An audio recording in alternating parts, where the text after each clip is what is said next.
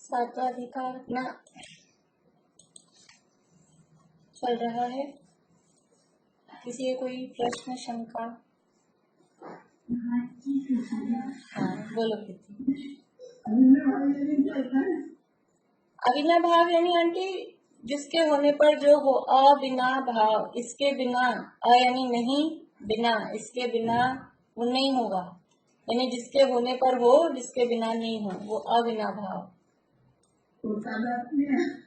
तादात्म्य का मतलब है उसी रूप, सद आत्म, जो जैसे द्रव्य है और जो गुण है, तो गुण वो द्रव्य के रूप ही होते हैं, अलग नहीं होते बाहर, वो तादात्म्य।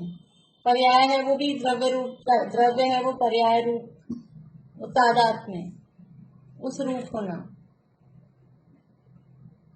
बोलो कुछ।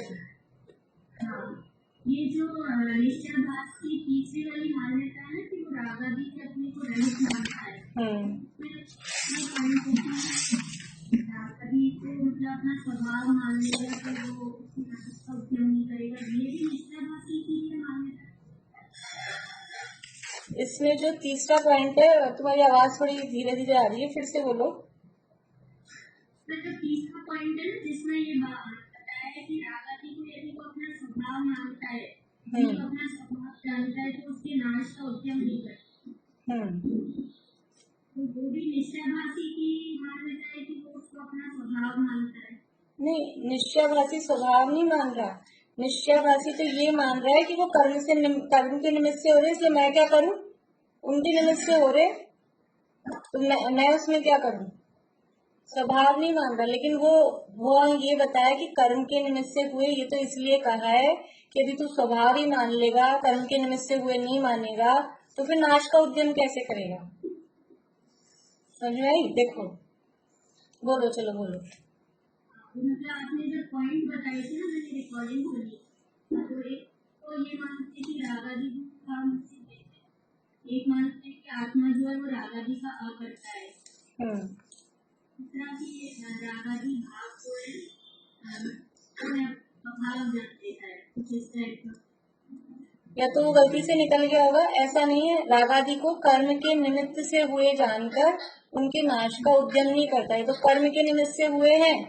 देखो पहले में तो ये रागादि से रहित ही मान रहा है, फिर दूसरे में अपने को कर्म, रागादि भावों का निमित्त, कर्म के निमित्त से हुए रागादि भावों को कर्म के निमित्त से हुए मानकर मैंने नहीं किए, बस अकर्ता मान लिया कि मेरे किए नहीं है। फिर थर्ड पॉइंट में इसी को बढ़ाया है। कहाँ गई प्रीति? हो ना? हाँ, हाँ तो वो थर्ड पॉइंट में इसी को बढ़ाया है कि ये कर्म के निमित्त से तो हुए ही हैं, तो वो मैंने तो किए नहीं, और अब कर्म के निमित्त से हुए हैं तो मैं क्या करूं? जब कर्म यानी ठंडा होगा, कर्म छोड़ेगा, तभी रुकेंगे वो तो कर्म के निमित्त से हो रहे हैं, इसलिए उनके नाश का उद्यम ही नहीं करता है बिल्कुल ही। पहले में अकर्ता मान रहा है, मतलब दूसरे पॉइंट में अकर्ता मान रहा है, और तीसरे वाले में रागादि के नाश का उद्यम नहीं करता। हो सकता है कुछ बोलने में गलत भूल गया हो उसमें, लेकिन पॉइंट वही है ना 196 196 पे।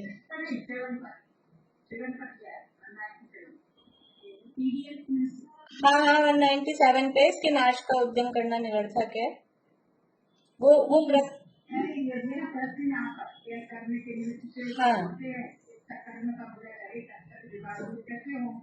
इसका उत्तर दिया था, एक कार्य होने में अभी कारण चाहिए, उनमें जो बुद्धिपूर्वक हो वो तो ठीक है आंटी, वो तो वो पूछिए, कुछ रिकॉर्डिंग सुनी होगी तो हो सकता है बोलने में गलत निकल गया रिकॉर्डिंग में वो पॉइंट, वो उसके लिए पूछ रही है।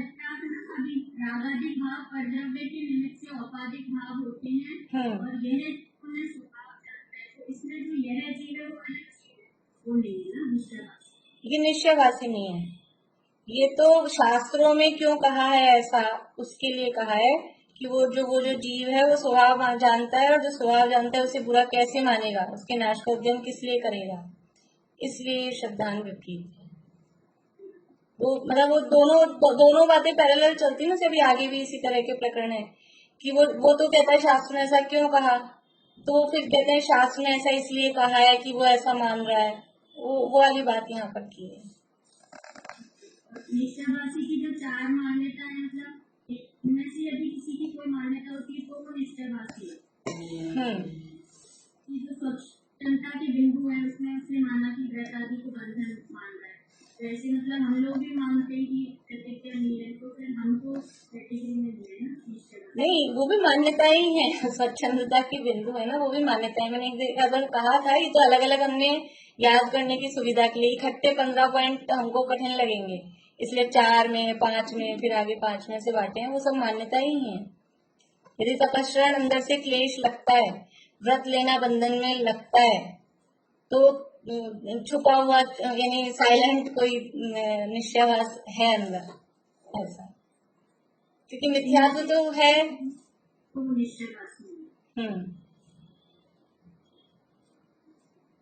बोलिए ज्योति जी।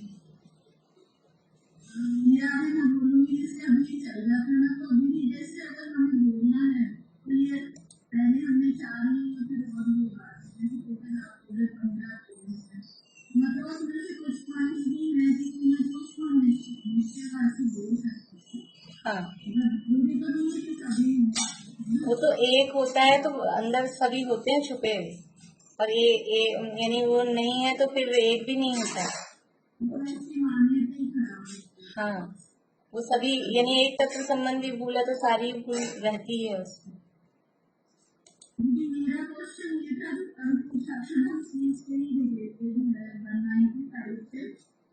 जो क्वेश्चन नंबर 26-27 है, तो 26वां क्वेश्चन में ये था कि रागादि और भूत के अस्तित्व में है सिद्धि के लिए। तो ये मुझे से दूसरा पैराग्राफ है, इसलिए सिद्धि किया कि रागादि और भूत के अस्तित्व में है, ये तो ठीक है, समझ आ गया। तो इससे नेक्स्ट क्वेश्चन है कि रागादि और जीव और कर्म दोनों का कर्तव्य नहीं है, क्यों? अलग चीज हो गई कि अस्तित्व में होना अलग हो गया, दोनों का कर्तव्य नहीं है। नहीं, वो तो मैं प्रश्न तो क्या है अलग अलग, जैसे इस टाइप से भी बन सकता है, ऐसे एक ही यानी 2-3 प्रश्न के एक ही आंसर भी हो सकता है, और कभी किसी प्रश्न में ज्यादा आंसर हुआ, बड़ा है उसमें लिखा है बड़ा, तो किसी में उसमें से ही उसी में से थोड़ा सा पार्ट किसी और क्वेश्चन, ये तो मैं वैसे बनाती हूँ कि अपन अलग तरह से, जैसे कभी बहुत सारी बात आ गई एक साथ एक पैराग्राफ किसी क्वेश्चन में, फिर उसी में से एक पॉइंट लेके और दूसरी बात दूसरा क्वेश्चन बना दिया, वैसे।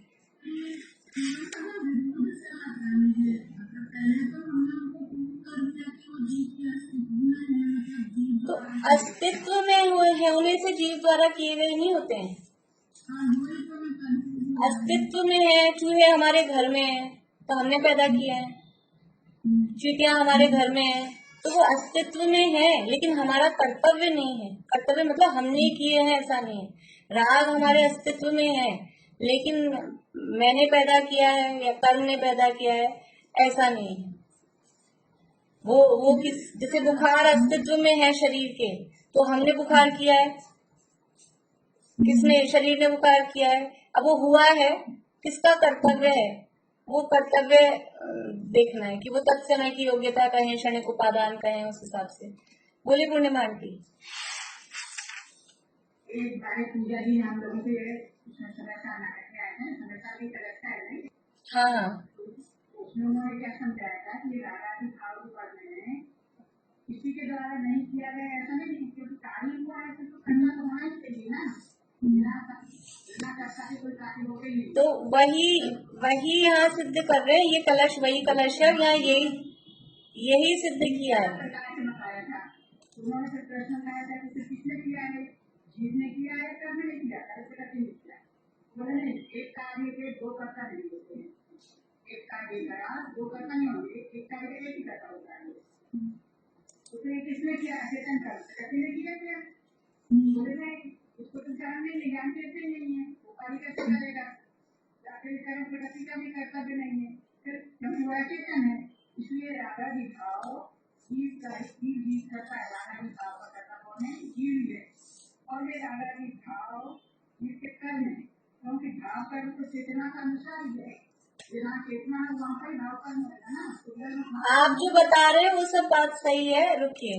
अभी यहाँ प्रश्न क्या है, यहाँ प्रश्न ये है कि प्रश्न ये है रागादि भाव जीव और कर्म दोनों का, यहाँ इस कलश में यही बताया, दोनों का मिला जुला कर्तव्य नहीं है। प्रश्न में दोनों का मतलब क्या है, मिक्स। अकेले जीव का ही कर्तव्य है, कर्म का अकेले का भी नहीं है, और जीव और कर्म दोनों का मिला जुला भी नहीं है। यदि दोनों का मिला जुला हो तो दोनों को फल मिलना चाहिए। यही बात यहाँ समझाइए, कल भी चली थी अपनी बात। अगर ये दोनों का मिला जुला कर्तव्य हो तो वो दोनों को फल मिलना चाहिए, लेकिन ये दोनों का मिला जुला कर्तव्य नहीं है। वो तो सिद्ध किया ही है, कल बताया था ना कि वो कर्तव्य है, पूछा था किसी ने, तो वो कार्य है। तो कार्य है, उसका कर्ता होगा ही, बिना कर्ता के कार्य होता नहीं है। और एक काम के दो दो मिलजुल के कर्ता होते नहीं है। इसलिए अकेला कर्म उसका कर्ता नहीं है, क्योंकि वो चेतनता सहित दिखाई दे रहे हैं स्पष्ट रूप से ही भाव।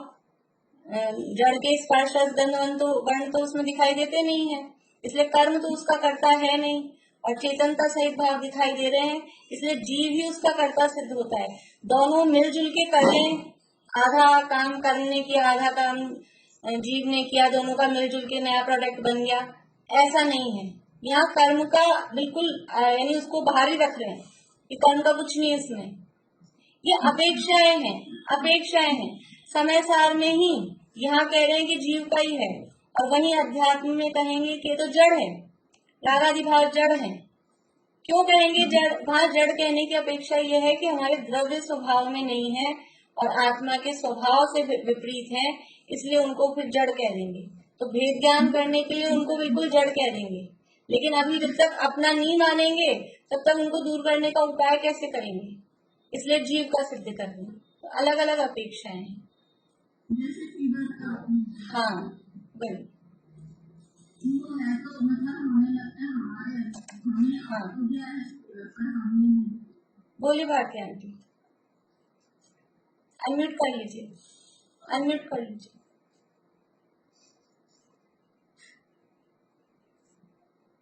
शास्त्राभ्यास वाला जो है हम्म तो यहाँ मेरे पास शास्त्राभ्यास चालू या जो काले पका लिए पढ़ा है यहाँ पर।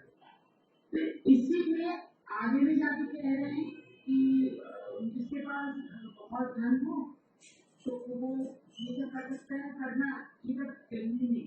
तो ये इसको ही कॉन्ट्रडिक्ट कर रहे हैं आगे जाके। यहाँ पे तो कि ये कार्यकारी नहीं और यहाँ एक न्याय शास्त्र जानना चाहिए, और आगे में आत्मध्यान में कहा है कि जरूरी नहीं जानना, सिर्फ प्रयोजन की बात जाना है। तो कुछ जरूरी नहीं न्याय का शास्त्र पढ़ो और बाकी शास्त्र। एक तो है जरूरी, जरूरी वाली बात कहेंगे तब तो क्या जरूरी है, लेकिन वो कह रहा है कि बिल्कुल वो उनको जानना बेकार ही है। तो वो कह रहे कार्यकारी है मतलब वो यूजफुल है, यूजलेस नहीं है। आप नहीं जानोगे तो भी काम हो जाएगा तो ठीक है, लेकिन परिस्थितियां बताइए ना कि भाई सम्यक दृष्टि हो गए तो भी हर समय उपयोग आत्मा में रहता नहीं है, कुछ ना कुछ यानी उपयोग लगाने के लिए स्वाध्याय वगैरह चाहिए ही। और फिर जो सम्यक दृष्टि हुआ है, जिसकी दृष्टि सच्ची हुई है, उसको किसी अनुयोग में हेय बुद्धि नहीं होती है, क्योंकि वो उन महापुरुषों की कथा सुनने में भी इंटरेस्टेड रहता है। वो उनके बताए हुए जीवन में जो उन्होंने मार्ग बताया है उस अनुरूप आचरण करने में भी इंटरेस्टेड रहता है। और किस तरह से कर्म प्रकृतियों का जीव के साथ संबंध होता है, इन सब बातों को भी जानने में इंटरेस्टेड रहता है। और मूल द्रव्य अनुयोग तो जाना ही है, तब तो वो समय दृष्टि हुआ ही है। तो किसी भी अनुयोग में, और वो अनुयोग ऐसे नहीं है कि समय दृष्टि होने के बाद वो अनुयोग यूजलेस है, ऐसा नहीं है। उपयोग निर्मल रहने के लिए, वो उपयोग में निर्मलता बनी रहे, तो चारों ही अनुयोग कार्यकारी है, यहाँ ये बताया। और वहाँ ये कह रहे हैं कि आप मुख्य रूप से तो पहले द्रव्यानुयोग को जानना, और कुछ नहीं भी जानो, अगर आपके पास बिल्कुल कम टाइम बचा है, अंतिम समय बचा है जीवन का, फिर आप प्रथमा मतलब न्याय व्याकरण पढ़ने लग जाओ, तो फिर वो बिना पढ़े भी काम चलेगा। अगर आपके पास टाइम बिल्कुल शॉर्ट है तो फिर सबसे पहले द्रव्यानुयोग सीखो। कोई व्यक्ति एक दिन के लिए आया है तो उसको फिर सबसे पहले अपनी सिखाए नमोकार मंत्र में 58 मात्राएं होती हैं और 35 अक्षर हैं, तो ये नहीं, उसको तो बस जीव जुदा पुद्गल जुदा जुदा ये पहले सबसे पहले सिखा दो। और फिर अगर टाइम है लंबा चलना है तो सब सिखाओ, फिर सूत्र में क्या संधि है, क्या विच्छेद है, फिर विसर्ग क्या है, वो सब फिर अगर टाइम है तो सब सिखाओ। और नहीं है, शॉर्ट टाइम है, तो वो द्रव्यानुयोग कार्यकारी है, ऐसा कहा। नहीं वहाँ बोले ना कि मन में बुद्धि अगर हो तो अपनी बुद्धि इसमें लगाओ प्रयोजन है, तो यहाँ की दोनों कॉन्सेप्ट की बातें नहीं, वो यहाँ पे दोनों में विरोध नहीं है, आप देखोगे तो वही बात है, थोड़ा सा और फिर से आप देखेंगे तो विरोध नहीं है उसमें। मंद बुद्धि है, कम समय है, एज ज्यादा हो गई है तो उसमें ही लगाएं। लेकिन यदि समय है अपने पास में, बुद्धि भी है, बुद्धि होती है तो कहीं ना कहीं लगती है, लगे बिना रहती नहीं है, फिर वो क्या कहते हैं, खुरापात करती है। इसलिए उसको लगाए रखना, बिजी रखना वो बहुत जरूरी है।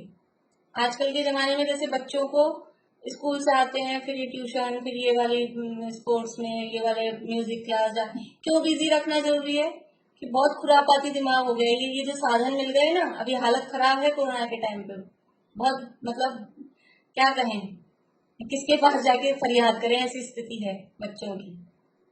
क्योंकि कहीं कुछ नहीं, जो कुछ है वो मोबाइल, सारा दिन मोबाइल में, तो वो उसको बिजी रखना जरूरी है। तो हमारी भी बुद्धि ऐसी है, यदि बिजी नहीं रहेगी, अगर बुद्धि है और बिजी नहीं रहेगी तो कहीं ना कहीं विनाश की तरफ लगेगी, खुद का विनाश। दुनिया का तो जो होगा वो तो यथा योग्य है, खुद के अहित में लग जाएगी वो सारी बुद्धि, इसलिए इनमें बुद्धि लगाना युक्त है।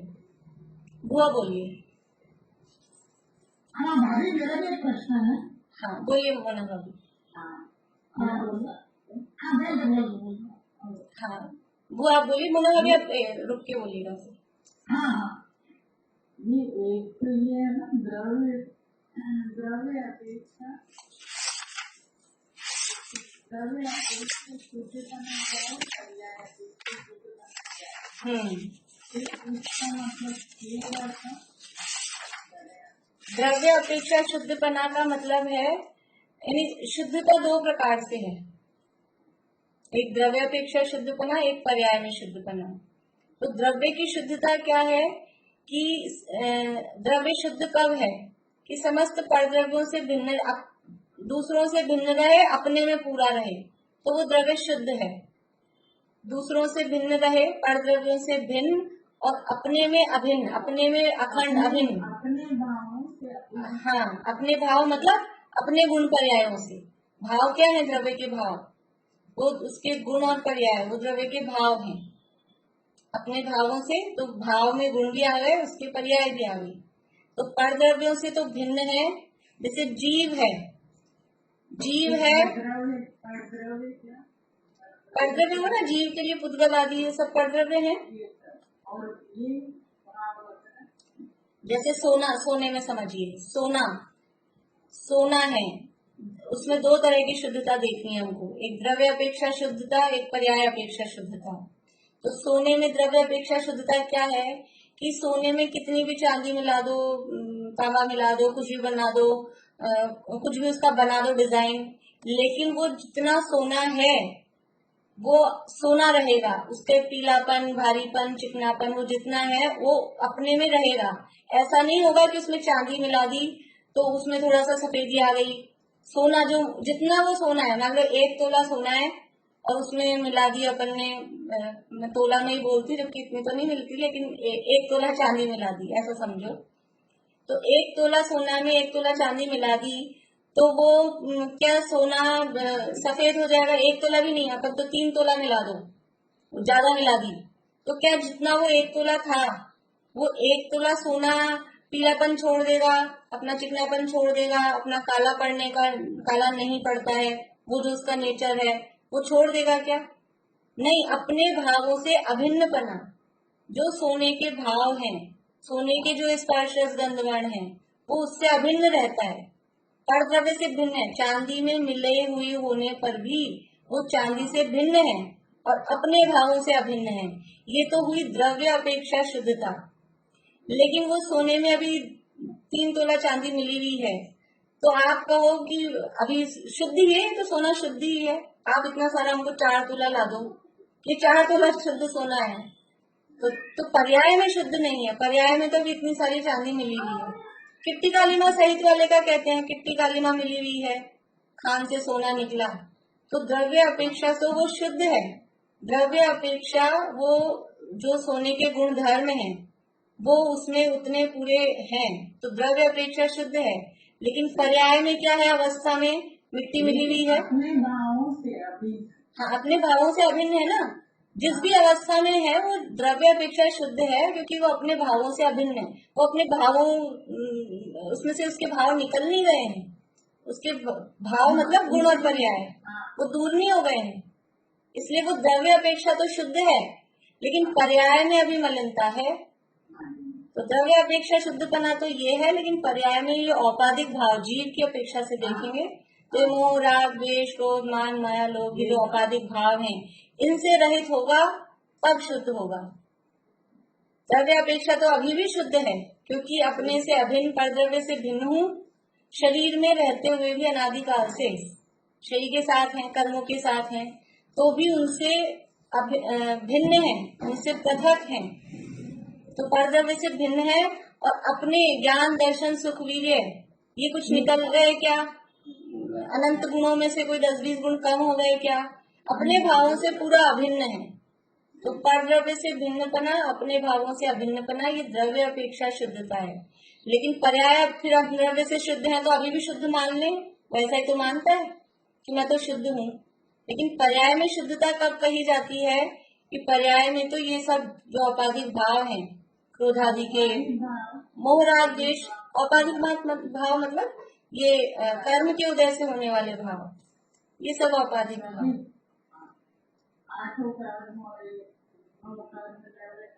हाँ, मुख्य रूप से भाग्य कर्म के उदय से होने वाले भाव मुख्य रूप से उसमें आ जाएंगे, नामकरण वाले भी, गति, जाति आदि, वो औधिक भाव के भेद हैं।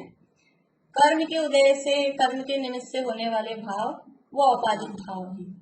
तो पर्याय अपेक्षा तो उन सब भावों से दूर होगा, औपाधिक कर्म के उदय से जो भाव हो रहे हैं, तब शुद्धता कही जाएगी। हाँ, मोना भाभी बोलिए।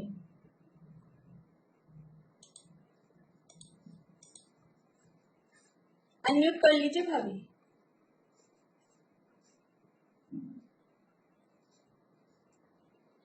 अभी एक जगह देखो जहाँ पे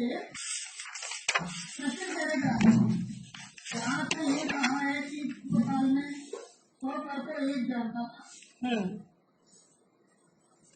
हाँ, भिन्न जानने के ये भेद ज्ञान को अब तक भाना ही योग्य है, जब तक ज्ञान और रूप को भिन्न जानकर अपने ज्ञान के रूप में स्थिर हो जाए।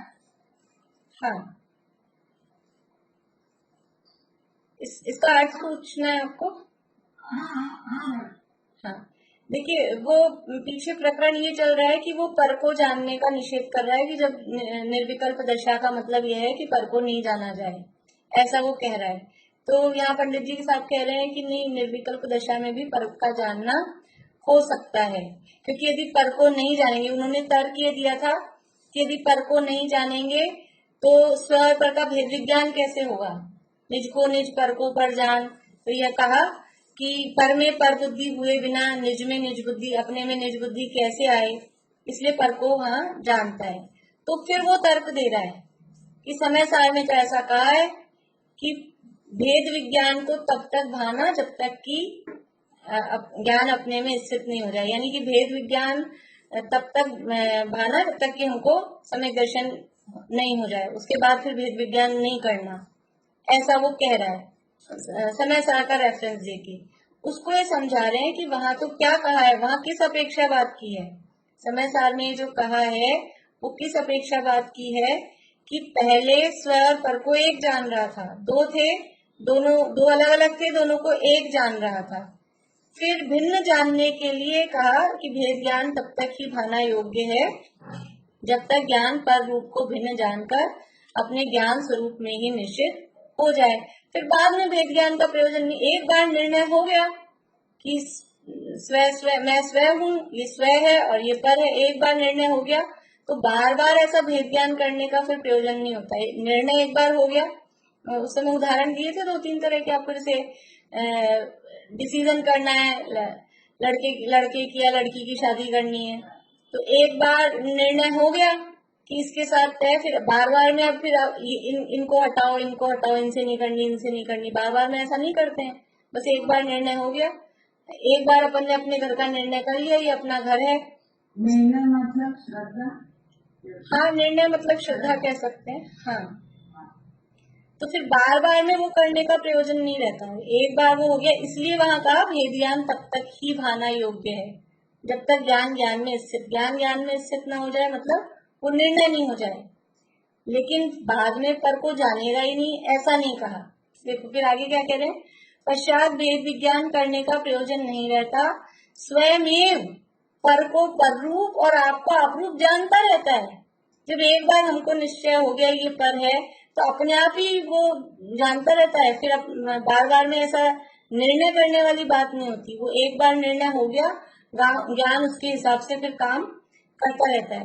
वैसे निर्णय करने का काम श्रद्धा जैसे आप कह रहे हैं, लेकिन निर्णय करने का काम है ज्ञान का, ज्ञान का काम है, तो निर्णय को श्रद्धा नहीं कह सकते।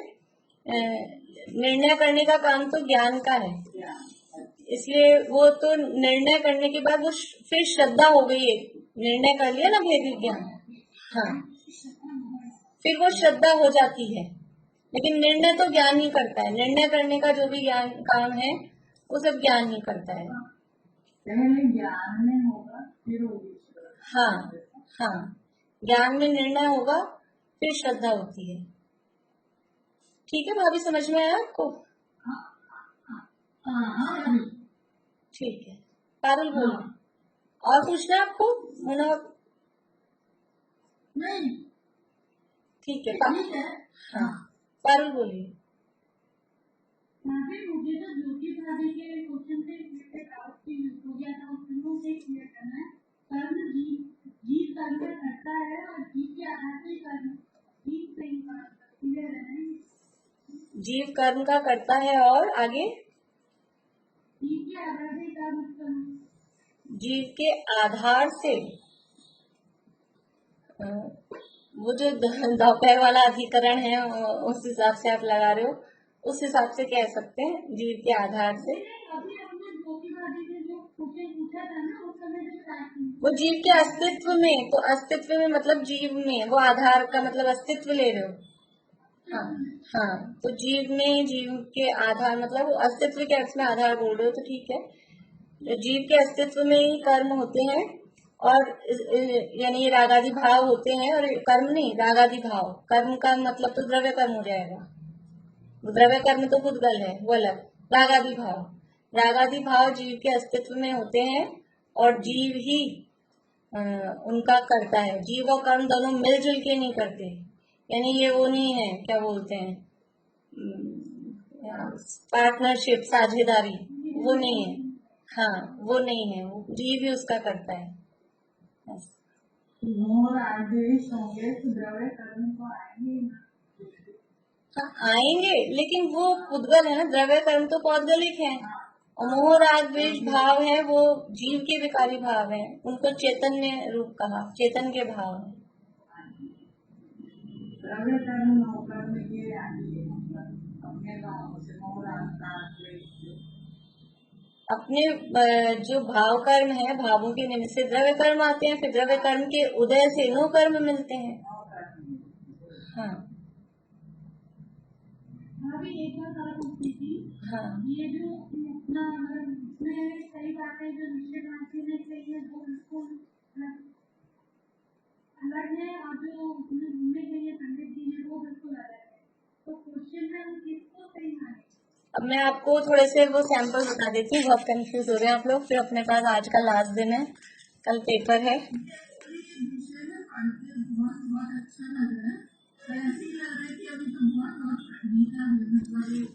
तो हम क्या है कि तभी चेतते हैं जब इतने प्रश्न किसी को जब पढ़ाया था ना, तब किसी को कोई प्रश्न नहीं हुआ था, सब आंख बंद करके पढ़े जा रहे थे, इसलिए एग्जाम रखना पड़ता है।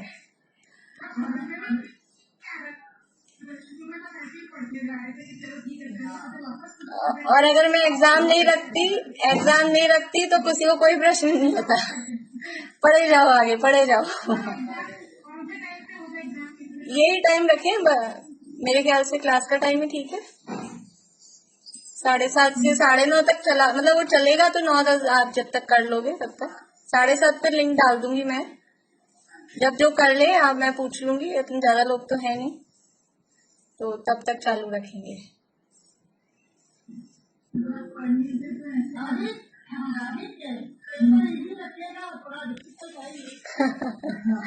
चलो आप बता देना, मैं आप कहो तो मैं कल आपको पेपर डाल दूं, आप लोग पेपर देख लेना, पेपर पूरा देख लेना, खुद कोशिश कर लेना, फिर पेपर बंद कर देना, और फिर आप बाद में कर सकते, कोई दिक्कत नहीं है अपने को उसमें क्या है। पहले वो शुरू में तो 100 प्रश्न वो दे देते थे, आपने तो पढ़ लिया ना आज तक, अब मुझे कोई चिंता नहीं, मैं कल आपको सुबह पेपर आउट भी कर दूं। तो उद्देश्य हमारा पढ़ने का था कि आपको समस्याएं समझ में आ जाए कि क्या समझ नहीं आ रहा हमको। अब चाहे पेपर आउट भी कर दें तो कोई खास बात नहीं है।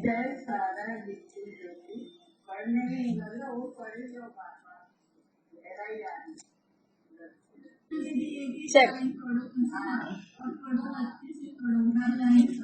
देखिए, अब मैं क्वेश्चन पूछ रही हूँ आप लोगों से,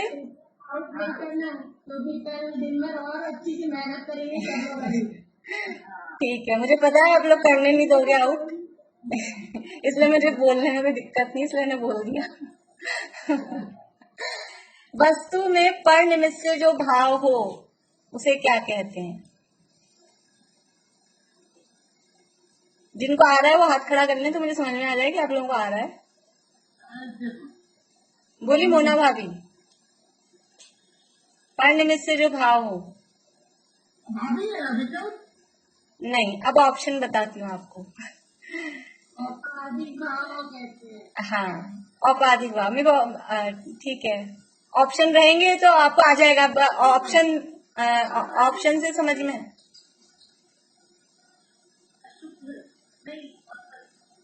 देखिए ऐसे तो आप अशुद्ध भाव भी कह सकते हैं, विकारी भाव भी कह सकते हैं, पर ऑप्शन रहेंगे ना, तो ऑप्शन जो रहेंगे उसमें से औपाधिक भाव है उसका आंसर। पर निमित्त से जो भाव हो, ज्यादातर वो जो बुक में जो शब्द दिए हैं, मैंने आपको कहा है इसलिए बुक को आपने को पढ़ना है, लेसन को 3-4 बार कम से कम, क्योंकि वही शब्द मैं रखती हूँ ताकि आप लोगों को ज्यादा दिक्कत नहीं हो। अगर मैं फिर दूसरे शब्द रख दूं तो ज्यादा कंफ्यूजन हो जाएगा, फिर लगेगा ये है कि वो है, वो और कंफ्यूजन हो जाएगा। इसलिए देखिए, रागादि भाव होते हैं, कहाँ होते हैं? ऑप्शन है शरीर में, कर्म में, जीव में, इनमें से कोई नहीं। आ जाएगा सबको?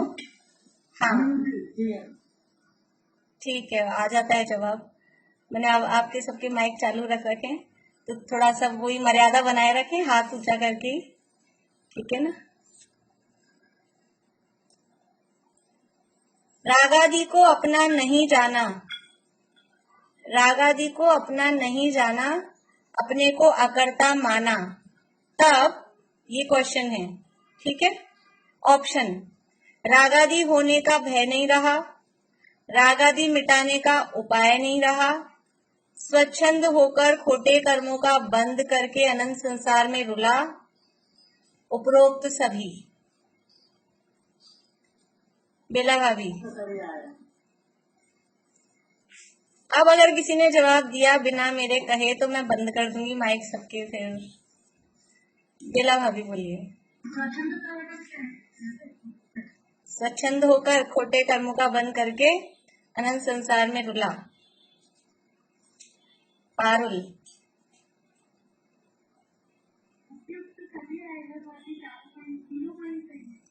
हाँ, अभी मैं आपको ये नहीं बताऊंगी अब क्या सही है क्या गलत है, अब आप ढूंढ लेना, ठीक है।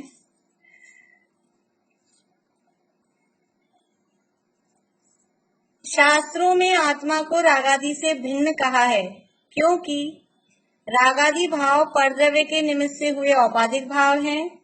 जीव उन्हें स्वभाव मानता है, उसे छुड़ाने के लिए स्वभाव की अपेक्षा भिन्न कहा है, उपरोक्त सभी।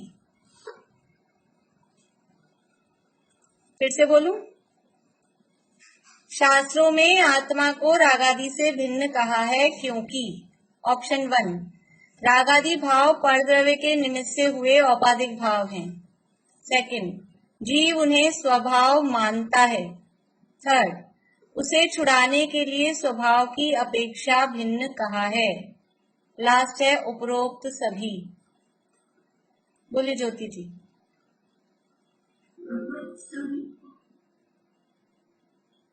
और निशांति बोलिए।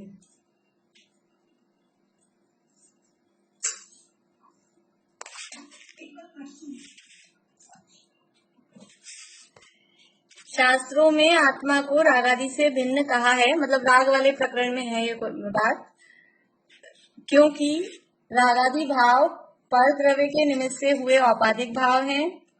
जीव उन्हें स्वभाव मानता है, उसे छुड़ाने के लिए स्वभाव की अपेक्षा भिन्न कहा है, उपरोक्त सभी।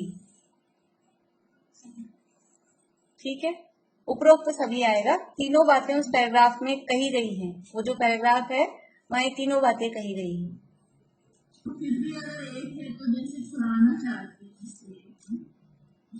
नहीं तो तीनों बातें हैं ना। पहली बात ये है कि वो परद्रव्य के निमित्त से हुए हैं, ये बात भी सही है। फिर जीव उसको स्वभाव मान रहा है, तभी तो कहा है रागादि से भिन्न, क्योंकि वो स्वभाव मान रहा है। और फिर उनको छुड़ाने के लिए भिन्न कहा है, इसलिए तीनों बातें सही होंगी। आत्मा को कर्म नोकर्म से भिन्न अबध स्पष्ट कहा है। तादात्म्य संबंध की अपेक्षा, निमित्त नैमित्तिक संबंध की अपेक्षा, एक क्षेत्रावगाह संबंध की अपेक्षा, इनमें से कोई नहीं। बेला जी।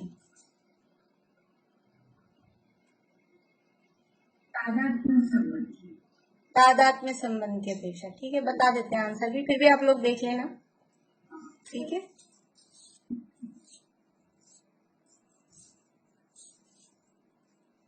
अध्यात्म शास्त्रों के अतिरिक्त अन्य शास्त्रों का अभ्यास क्यों कार्यकारी है? ज्ञान की निर्मलता के लिए, उपयोग को मंद कषाय रूप रखने के लिए, आत्म स्वरूप के निर्णय को स्पष्ट रखने के लिए, उपरोक्त सभी। बोलिए बुआ, बोलिए। उपरोक्त सभी। उपरोक्त सभी।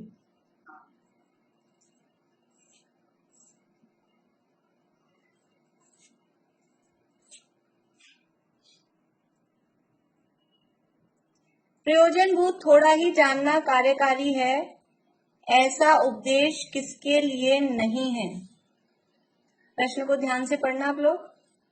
प्रयोजनभूत थोड़ा ही जानना कार्यकारी है, ऐसा उपदेश किसके लिए नहीं है? जो जीव अन्य बहुत जानते हैं और प्रयोजनभूत को नहीं जानते, जिसकी बहुत जानने की शक्ति हो जिनकी बहुत जानने की शक्ति नहीं हो, इनमें से कोई नहीं। किसका नंबर नहीं आया? रेखा जी बोलिए।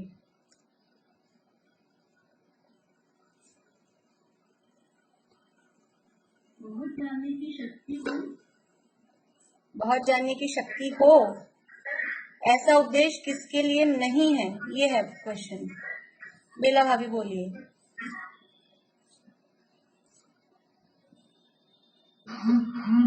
अनम्यूट करिए बेला भाभी। तीसरा ऑप्शन है ना, जिनमें बहुत जानने की शक्ति नहीं है उनको कहा कि थोड़ा जानना। हाँ, जिनमें बहुत जानने की शक्ति नहीं है। जो टफ लग रहे हैं ना मुझे, मेरे हिसाब से मैं वो पूछ रही हूँ आप लोगों से, ठीक है? नहीं, ये तो जिनकी बहुत जानने की शक्ति है उसके लिए। देखो वो मेरा क्वेश्चन खिसक गया, एक मिनट मैं वापस पढ़ रही हूँ। वो कर रही हूँ, वो निकल गया। एक मिनट। हाँ, प्रश्न क्या है? प्रयोजनभूत थोड़ा ही जानना कार्यकारी है, ऐसा उपदेश किसके लिए नहीं है? ये थोड़ा ही जानना, ये किसके लिए नहीं है? ये बात किसके लिए नहीं है बात? तो जो जीव अन्य बहुत जानते हैं, प्रयोजनभूत नहीं जानते। फिर जिसकी बहुत जानने की शक्ति हो, फिर है जिसकी बहुत जानने की शक्ति नहीं हो।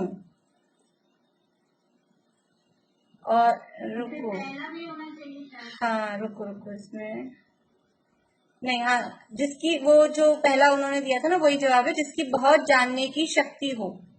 जिसकी बहुत जानने की शक्ति हो वही जवाब सही है। तो प्रश्न क्या था कि ऐसा उपदेश किसके लिए नहीं है? प्रयोजनभूत थोड़ा ही जानना कार्यकारी है, ऐसा उपदेश किसके लिए नहीं है? कि जिसकी बहुत जानने की शक्ति हो उसके लिए ऐसा उपदेश नहीं है। ठीक है,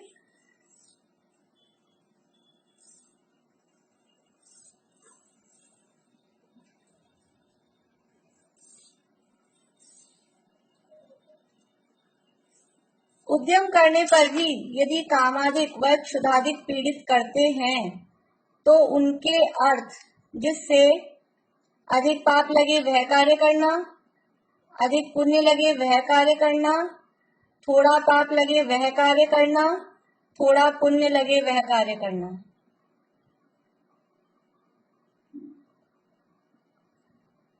किसका नंबर नहीं आया? बोली पारुल।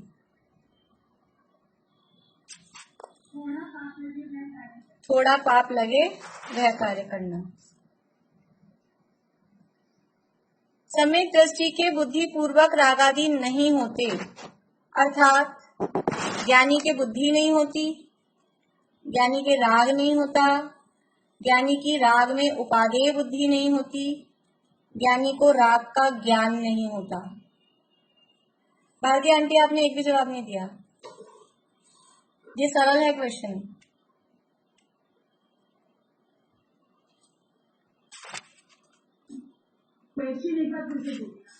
सम्यक दृष्टि के बुद्धि पूर्वक रागादि नहीं होते, अर्थात ज्ञानी के बुद्धि नहीं होती, ज्ञानी के राग नहीं होता, ज्ञानी की राग में उपादेय बुद्धि नहीं होती, ज्ञानी को राग का ज्ञान नहीं होता। कहाँ गए? नहीं, पूर्णिमा आंटी बोलिए। तीसरा पॉइंट आएगा, मैंने नहीं बताया अभी तक। अच्छा ठीक है, चलिए पूर्णिमा आंटी आप बाद में बताइएगा अगला। ज्ञानी की राग में उपादेय बुद्धि नहीं होती। उपादेय का क्या मतलब है?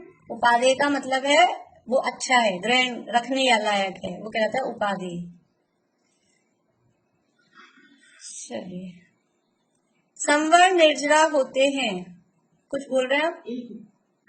इसके पहले वाला जो क्वेश्चन था ना, उसमें काम पाप के लिए जवाब दिया था, उसमें वो अधिक पुण्य वाला नहीं आना, ज्यादा पुण्य नहीं, अधिक पुण्य लगे मतलब, लेकिन हमारा प्रयोजन रहता पाप लग ही रहा है, क्योंकि वो पुण्य कैसे लेगा? प्रश्न में है कामाधिक और शुद्धाधिक, तो कामाधिक और शुद्धाधिक से पुण्य तो होगा नहीं ना, पाप ही होगा। तो फिर कम पाप लगे वो काम करना।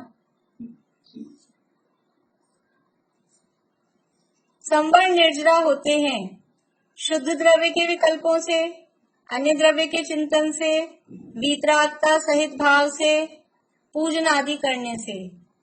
बोलिए पूर्णिमा जी।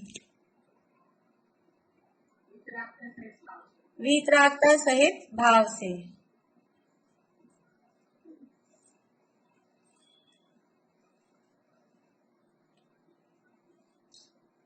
रागादि भाव आत्मा का स्वभाव नहीं है, कर्म के निमित्त से आत्मा के अस्तित्व में विभाव पर्याय रूप से उत्पन्न होते हैं।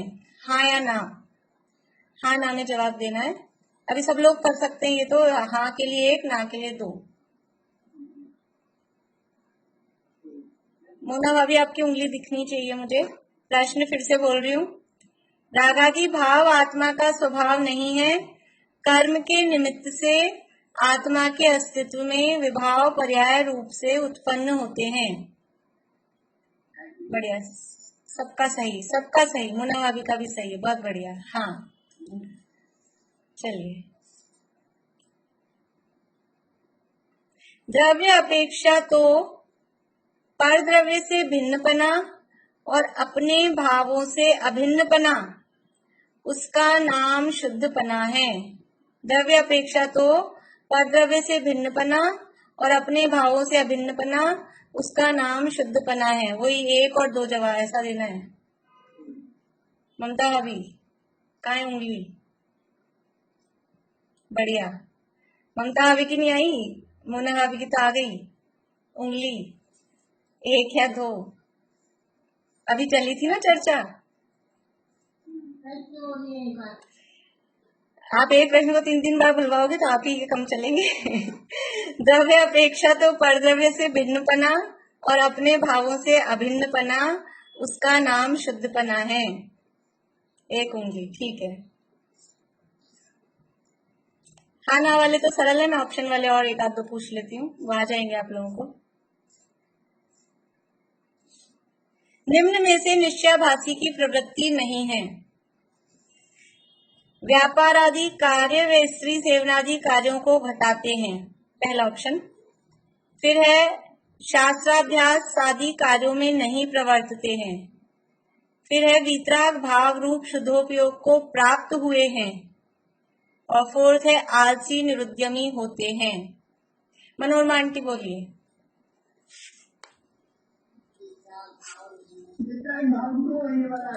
हाँ, वीतराग भाव रूप शुद्धोपयोग को प्राप्त हुए हैं, ये उनकी प्रवृत्ति नहीं है। ठीक है।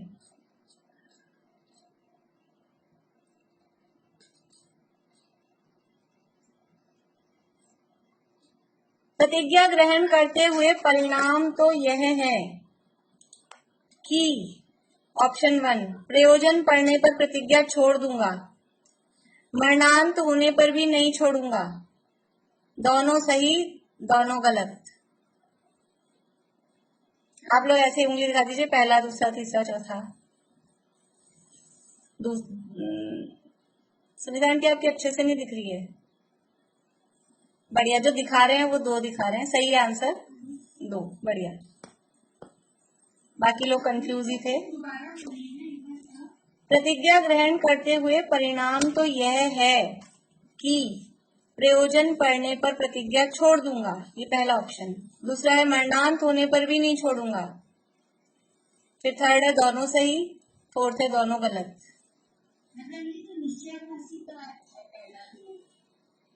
निश्चयभासी का नहीं है, एक्चुअल बात है। प्रतिज्ञा करते हुए तो परिणाम यह होता है कि मरणांत होने पर भी नहीं छोड़ूंगा, ये बात। हाँ, तो ये वाक्य पूरा समझ लीजिए, फिल इन द ब्लैंक्स जैसा है।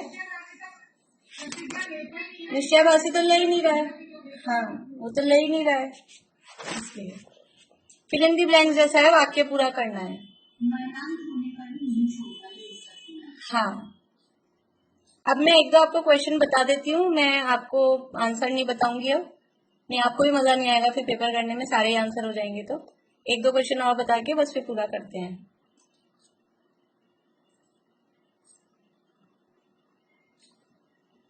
मोक्ष मार्ग के लिए चाहिए 7 तत्वों का श्रद्धान, 7 तत्वों का ज्ञान, रागादि दूर होना, उपरोक्त सभी। अभी ऑप्शन मैंने बता दिया, आंसर आप लोग खोजते रहना।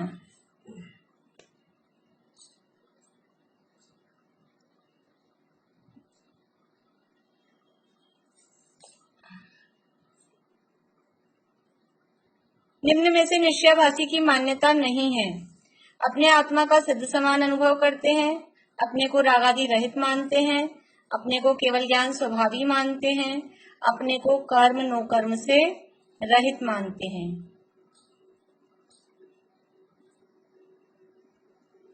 यदि केवल ज्ञान का सर्वदा सद्भाव रहता तो इसे कहते, क्या कहते, ऐसे बता सकते हैं? यदि केवल ज्ञान का सर्वदा सद्भाव रहता तो इसे क्या कहते? ऐसे ही सोच लेना आप लोग आंसर। यहाँ नहीं आंसर कर रहे हैं अब अपन, सोच लेना आप, ठीक है? बस ठीक है, हो गए करीब करीब, मतलब जो कठिन थे। बाकी हाना वाले हैं तो आ जाएंगे, हाना वाले आप लोगों को उसमें थोड़ी सी जो डिफिकल्ट थे वो हो गए हैं। अभी समय भी अपना काफी हो गया है।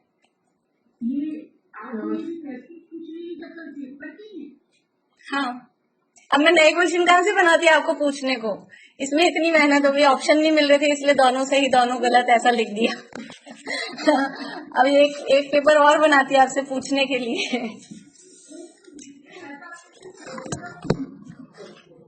कोई दिक्कत नहीं है, आप लोगों ने पढ़ाई कर ली ना, और अभी तो पूरा थोड़ी ना मैंने पेपर बताया, अभी बहुत क्वेश्चन है, 65 क्वेश्चन हैं। हाँ 65 है। फिर लास्ट में तो मैंने बहुत प्रकरण छोड़ दिया, नहीं तो हर लाइन में से क्वेश्चन बनाने का मन हो रहा था, लेकिन फिर ज्यादा हो जाते बहुत। ठीक है, नहीं वो तो ठीक है, मेहनत, ये तो कोई मेहनत वो खास बात नहीं है। आप लोग पढ़ाई यानी उसको गहराई से पढ़ रहे हैं, वो अच्छी बात है। आप लोगों के प्रश्न आ रहे हैं, समझ में नहीं आ रहा, वो अच्छी बात है। नहीं तो इतने दिन तक सबको सब समझ में आ रहा था, किसी का कोई प्रश्न नहीं था।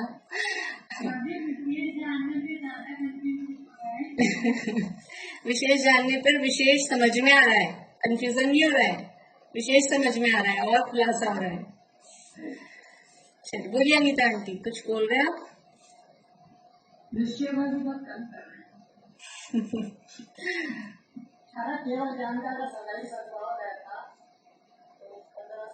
आप पढ़ना, आपको एक ही लाइन जो प्रश्न है ना वो बिल्कुल मैंने बिल्कुल किताब की लाइनें ही दी हैं, कोई भी प्रश्न मेरी लैंग्वेज का नहीं है। आप पढ़ना, ढूंढ लेना, मिल जाएगा, शुरू में ही है। ऊपर नीचे हो रहा है ना, वापस फिर ऊपर यदि केवल ज्ञान का सदा सद्भाव रहता तो इसे क्या कहते, ये है प्रश्न। अब आप खोजना, ठीक है? आंसर नहीं बताना है अभी, सरल है।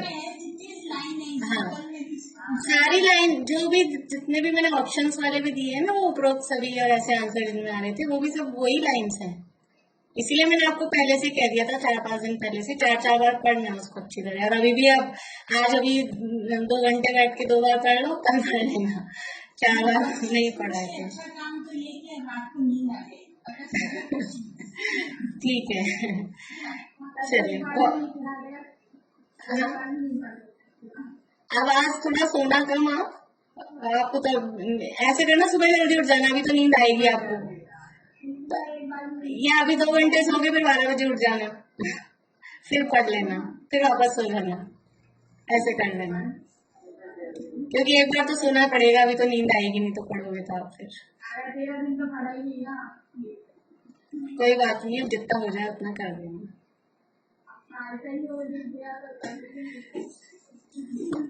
ठीक, निशांति आप बोलिए जिनवाणी स्तुति।